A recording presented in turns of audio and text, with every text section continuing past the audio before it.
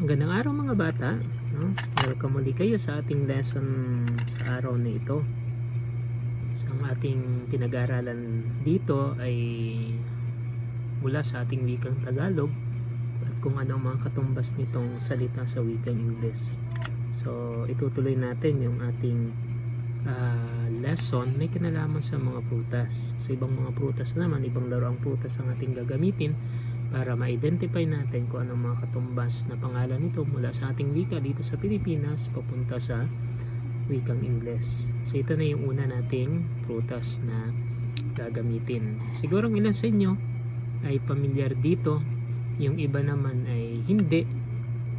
Kaya anong pangalan ng prutas nito? Ito ay durian.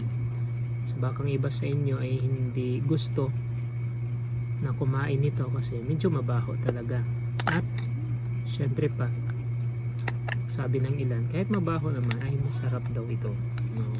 At nakatikim na rin naman ako nito kaya masasabi kong masarap ito. Hindi lang ako mahilig talagang kumain nito. So dahil dun sa kanyang amoy. Ayan. So ang durian, yan din ang tawag natin dito sa wikang Tagalog, at sa English ay kapareho din, durian pa din siya. Pero alam niyo ba na ang prutas na ito ay tinaguri ang king of fruits. Kaya kung itatanong sa inyo anong tinaguri ang king of fruits, walang ibang sasagot natin kundi ang durian. Dito naman tayo sa susunod. Nakakain na ba kayo ng ganitong prutas? Marahil ang ilan sa inyo nakakain na. So anong tawag dito sa prutas na ito?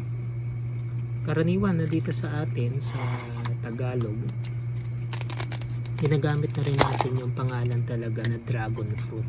So yun yung name itong prutas nito, dragon fruit. Pero alam nyo ba na may talagang pangalan ito sa Tagalog?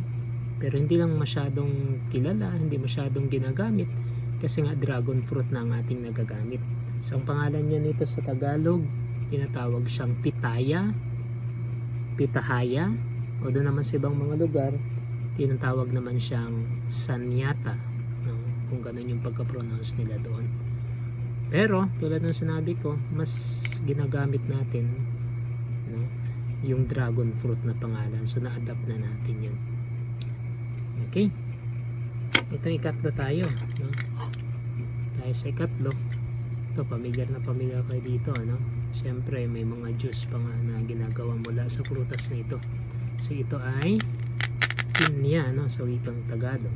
Sa wikang English naman, ito ay pineapple. Ayan. Dito tayo sa ikaapat. Ito ay napakaasim na prutas, no? So sa wikang English, ito ay lemon. Ayan. Pero baka nagtatanong kayo, ay ano naman ito sa wikang Tagalog?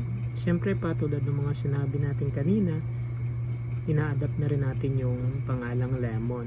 Pero kung gusto nyo talagang malaman kung anong katumbas nito sa wikang Tagalog, ang totoo, parang katulad din siya. Pero parang may idiin, ano, yung kanyang salita kasi ay ang ginamit, limon, no? Yun yung paggagamit. Sa ibang mga lugar naman, ginagamit naman yung pangalang siyum, no? Kaya parang medyo mahirap na yung palang katawagan, pero mas pamilyar na tayo dun sa lemon. Kaya pwedeng gamitin na lang natin din yung pangalang lemon sa prutas nito.